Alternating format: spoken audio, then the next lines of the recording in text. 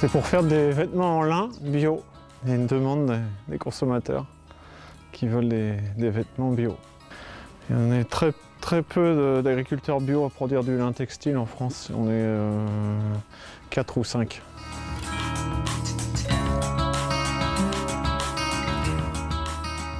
Ici, nous produisons des céréales bio, de la luzerne et ce qu'on appelle des protéagineux, des févroles, quelquefois des pois. Des grandes cultures en bio, quoi. On transforme donc une partie de notre récolte en pain pour vendre dans des magasins bio et sur des marchés.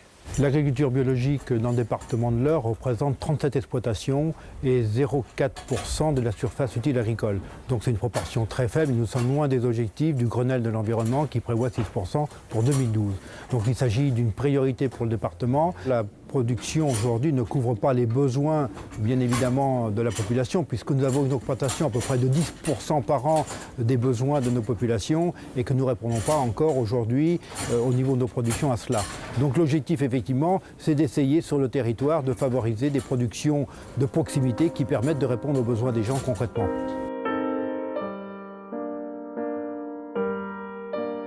Je suis passé du conventionnel au bio pour plusieurs raisons. Déjà, un peu égoïstement par rapport à ma santé. J'en avais marre de dépendre des produits chimiques et de polluer la nature et moi-même d'avoir des maux de tête le soir.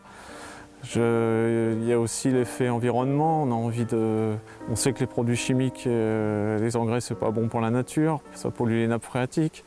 Et puis il y a aussi par rapport aux enfants, on prend conscience des choses et on a envie de leur laisser une nature propre.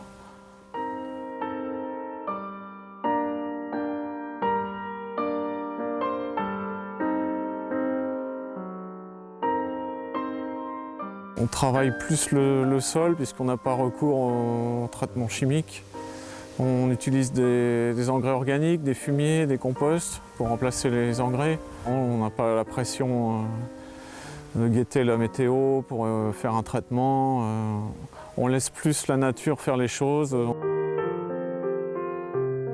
Ça, c'est moi qui ai planté cette haie, parce qu'une haie abrite des insectes auxiliaires, genre coccinelles, et des carabes. Et les carabes sont des insectes qui mangent les limaces, par exemple.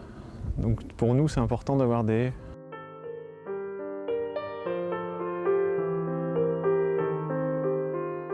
On est regardé, c'est sûr, observé, épié, parce que ça paraît étonnant de pouvoir cultiver sans mettre d'engrais.